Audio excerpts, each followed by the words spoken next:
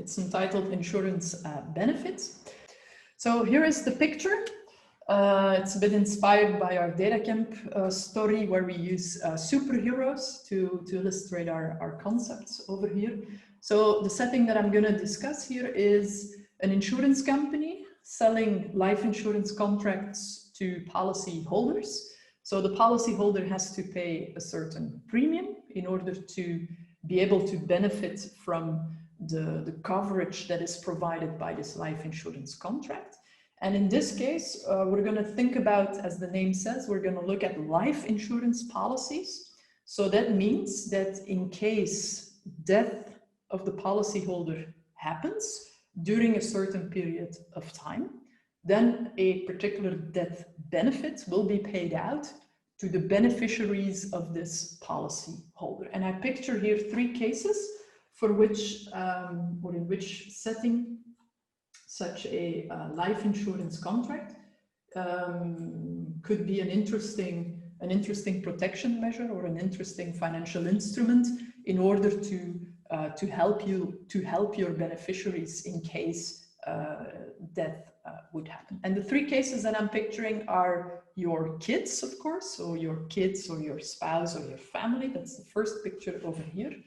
The second picture refers to your bank, and that's in case you're still in the midst of paying off a mortgage with your bank. So in case you die during the duration of this mortgage, then of course there is the balance that is outstanding on the mortgage that has to be paid back to your financial institution, to your bank. So in that case, life insurance policies are often sold in combination with these mortgage contracts. In Belgium, we would call that een schuldsaldoverzekering, but I guess in the Netherlands, you've got a different term for that. And then the third picture, or the third setting that I'm referring to, are the people, your business partners, let's say. So say that you are self-employed, you have your own company, you run a company with a couple of business partners. So in that case, it might as well be very difficult for them to continue the business if one of the partners would die. So this continues this story a little bit. I elaborated on the first example, a decreasing term insurance in combination with a home mortgage. So why is it a term insurance? Because it has the same duration as your mortgage. Why is it decreasing? Because the balance that is outstanding on the mortgage will be decreasing, right? So because every month you pay back a certain amount of the loan. So in that case, this life insurance product would be structured as a decreasing term insurance product. And the decreasing then refers to the death benefit that is decreasing over time. So we're going to look a bit more into that. But let's cover first the basics of how these products work. So the goals of this chapter are the following. We want to be able to value, so mathematically value, traditional life insurance contracts, benefits, including the whole life insurance, the term insurance, and the endowment insurance. So there are, of course, more fancy and more modern types of life insurance products. But we are really going to focus on these basic products, just to make sure that we understand the mathematical valuation of these products. So the whole life, the term, the endowment, I'm going to explain throughout the chapter what that means. We're going to work with random variables. We're going to work a lot with random variables. And the random variables in this chapter represent the present value of the benefits. Right? The benefits that are to be paid in the life insurance contract. So we're going to step from the random variables that we introduced in the previous chapters, which were reflecting the remaining lifetime of an individual. We're going to step from those variables towards a random variable that captures, that expresses the present value of a certain life insurance benefit. And once we have that random variable, we can calculate the moments of this, the distribution of this random variable. We can calculate certain probabilities and so on and so forth. So we're going to develop so-called valuation functions for benefits that are contingent on what's going to happen or which scenario is going to happen for the future random lifetime. So we're going to work with Tx, we're going to work with Kx, and we're going to work with a new guy introduced over here that is Kx, and then superscript M between brackets. And that means that you're going to split a duration of 1 year. You're going to split it in M time periods of equal length, and you're going to work with that discrete time grid. So in the first bullet, I'm working in continuous time. In the second bullet, I'm working in discrete time, but in time periods of 1 year. And in the third bullet, I'm also working in discrete time, but then I can handle time periods of 1 semester, 1 quarter, 1 month, right? So that's very important to keep in mind, because for all of the products that we're going to study in this chapter, you will either be working in the continuous, the discrete, or the slightly more granular discrete time setting of the third bullet. Does that make sense to start? That's our goal. So what do we need to combine in this chapter? We need to combine the survival models, the life tables, what we learned so far from chapter 2 and 3. So what we need to know from, or what we need to extract from these chapters and use in the chapter 4 is particularly the probabilities. The probabilities of survival, the probabilities of dying in a certain interval, and that both in continuous time and in discrete time. We also need the time value of money functions. And I know that these are not discussed extensively in the book, but that's why we had this first chapter on DataCamp, to make sure that we understand the basic principles of valuing cash flows and incorporating the time value of money. So what are we going to do? We're going to put these two guys together to obtain the distribution of the present value random variable of an uncertain life contingent future benefit. So it's life contingent. So what we're into, or the random variable, is going to look at certain events that may happen or may not happen. But what we're interested in is related to your future lifetime, is related to whether you will die within a certain duration of time. Of course, these outcomes are uncertain, and specific scenarios or events will realize with certain probabilities. And that's what we want to take into account. So the basis for the remainder of the chapter, for what we're going to do in this chapter, is a set of assumptions, a set of assumptions about mortality probabilities, about interest rates, and so on and so forth, right? So I'm going to refer to the basis that the book uses. So the book often uses the so-called Maycomb law for mortality.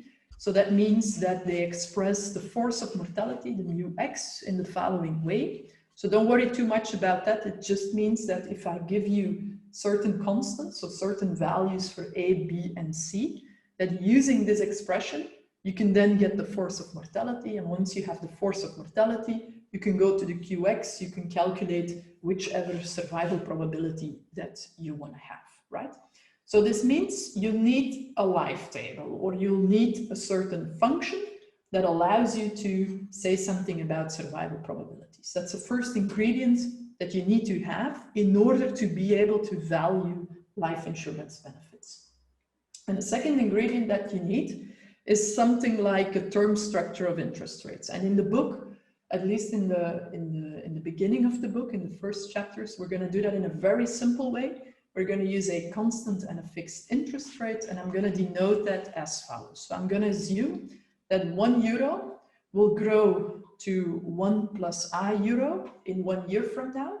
And I can also denote that as e to the power delta, where delta is the force of interest.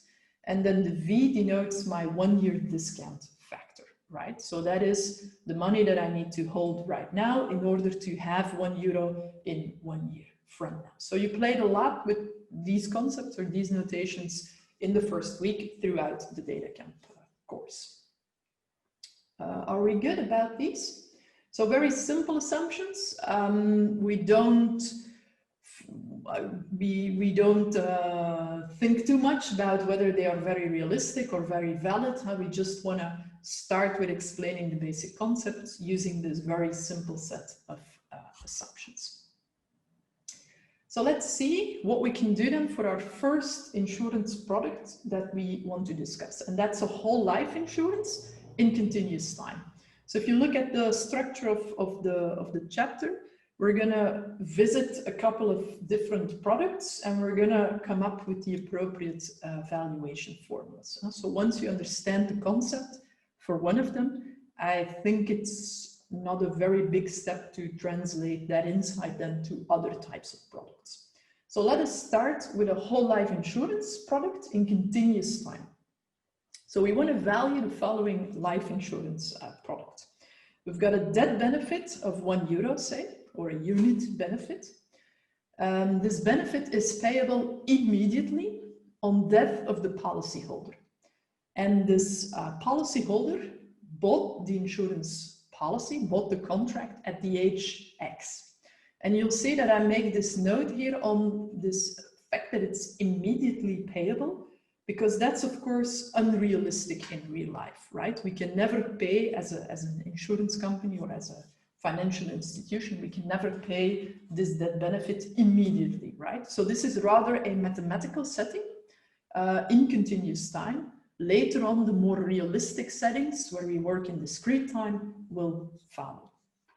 So we're going to pay this benefit immediately on death of the policyholder. It's continuous setting, it's a unit benefit. The payment date is unknown, right? The payment date is unknown, but, and I didn't mention that so far, we're working here with a whole life insurance.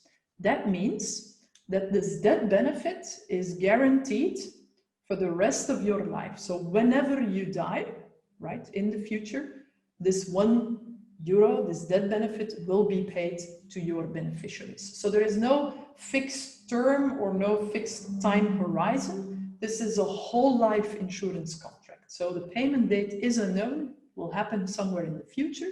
So the present value of this benefit is also unknown. So I need to pay the €1 at the moment of death of my policyholder, but I don't know when that will take place in the future. So I don't know how much time I have to let my time value of money play. I don't know how much time I have to discount this €1 to the present moment. So that's why we say the present value of the benefit is also unknown.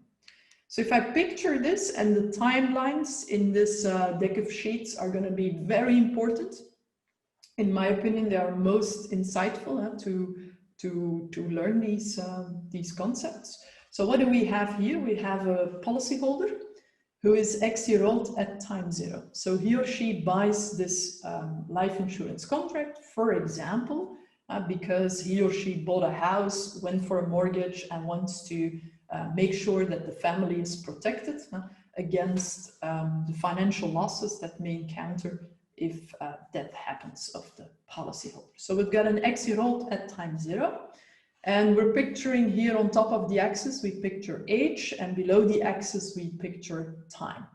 So let's say that our policyholder dies at time S. So that means at age X plus S. So what that means as an insurance company, I need to pay the €1 then at time S, right?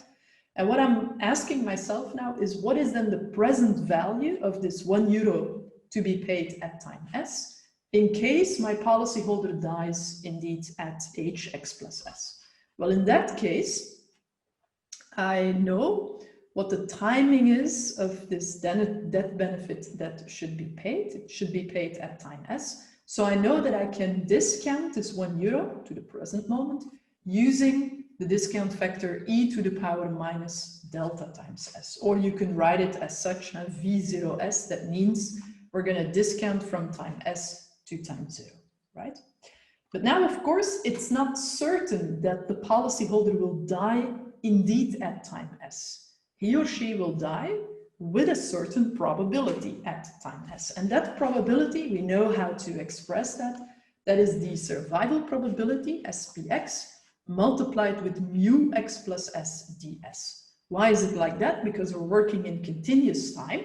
So to capture this probability in continuous time, it's a continuous distribution. So the probability that the future lifetime equals s, that's in fact 0 because you're working with a continuous random variable. But what we can do is we can combine the survival function with the hazard function, hazard rate at hx plus s, multiplied with ds, to capture the probability that our individual, our policyholder, will die at time s. Okay, so if the tx is equal to s, then my present random variable, present value random variable, takes the value e to the power minus delta times s. But that doesn't bring me yet an actuarial present value of my product. I need to think a bit further now. I need to let the s change over all possible values that the s can take. Okay, so that's what I'm doing on the next sheet, and then I'll try to answer your questions. So the present value of this €1 benefit that is payable immediately on death, that present value is a random variable. And that's a big difference with classic corporate finance or the valuation of cash flows as you studied it so far. We are working now with a timing of cash flows that is uncertain, that has to be expressed with the random variables. So as a consequence of that, the present value of our cash flow is also a random variable. And in this case, it's the random variable z, which can be expressed as v to the power tx or e to the power minus delta times tx. So here you see immediately, if the tx is equal to s, if my policyholder dies right after reaching hx plus s, then the present value will be expressed as e to the power minus delta times s, right? But in general, I should write my present value as a random variable. I should write it like this, okay? And what we're gonna do, what we're particularly interested in is the expected present value. So we take then the expected value of the random variable z, and the expected value of the random variable z, that here becomes the expected value of e to the power minus delta times tx. And we've got a specific symbol for that in our international actuarial notation, and that is the symbol capital A bar X. So the capital A stands for the fact that we're dealing with a life insurance contract, in contrast to a life annuity contract that will be discussed in the next chapter.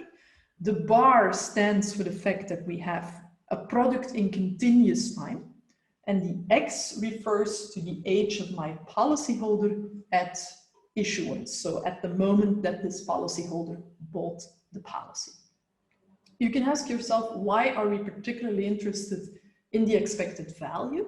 That is because as an insurance company, we'll try to sell a lot of these policies to a lot of people. We'll create a pool of policyholders, a pool of risks, and we want to cover the losses that are suffered by the pool of insureds. We want to be able to calculate these losses from the premiums that we collect from our policyholders. And we want these premiums to be affordable, right? Otherwise, there would be no point in buying this insurance contract or looking at the construction of the insurance as a way to offer financial protection. So we want to be able to charge an affordable premium, and the technical premium, what we call the pure premium that we're going to charge for this product, is the expected value. That's the technical premium. And then from the technical premium, we will go to the commercial premium by adding some loadings for risk loadings, profit, commissions that we need to pay, etc. I'm not going to cover that in this course. Why do we charge the expected value? Because that's the law of large numbers that will come into play, right? In the organization of this pool of insurance. Good, so that's the first thing to mention. Just to conclude the sheet, and then I'll take your questions. The expected present value, I will also refer to that as the actuarial value or the actuarial present value. Good, so here we are with our first product. So keep the notation in mind as well. The capital A for life insurance, the bar for continuous time, and the X for the age of my policyholder at the start of the contract. So here I wrap this up. I summarize what we did so far.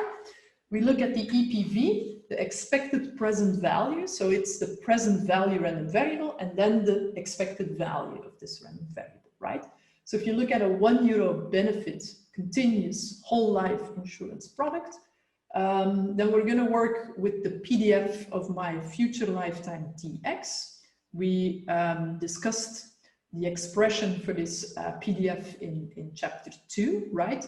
So the PDF is my survival function, TPX, multiplied with my hazard rate function, evaluated at age x plus t. And why do I need that? Because if I need to calculate this expected value of e to the power minus delta times tx, tx is a random variable. It's a continuous random variable.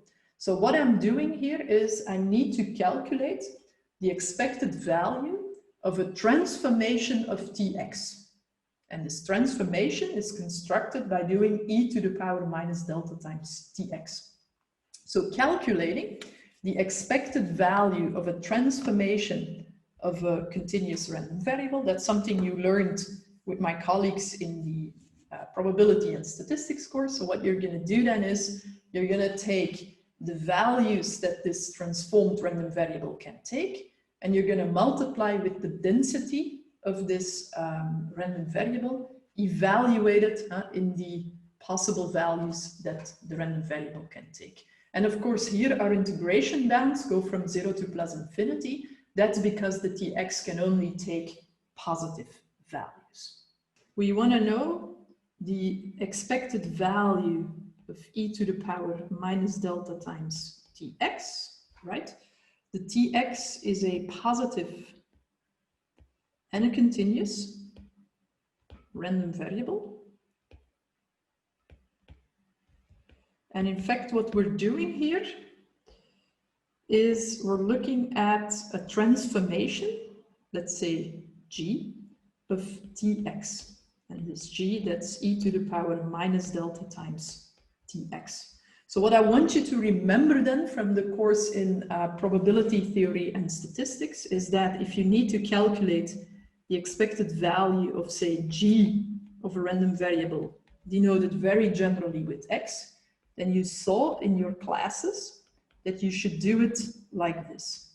So evaluate the g in the possible values that this random variable x can take and multiply with the density function of x evaluated in x. So this is the very general expression. And in one of my favorite books on probability theory, this is called the lotus. And that is for the law of the unconscious. Now I need to check unconscious statistician. Why is that? Because we can be quite lazy here. If we have the distribution of x, and the distribution of x is stipulated over here with my density function of x, then that's sufficient to calculate the expected value of a transformation of this random variable. So there is no need to go to the to figure out what the distribution of g of x would be. And the only thing you need is the distribution of x, and then this quick rule here to calculate the expected value. So that's exactly what I'm going to do here when I value this insurance product, and that gives me e to the power minus delta times t, and then the density of the tx evaluated in t, and that density can be expressed as tpx multiplied with mu x plus t, right? So that's the formula that we have on the sheet. That's where it's coming from. And I really want to keep you in mind, or to remind you about this particular rule or this particular expression that you learned in the probability and statistics courses.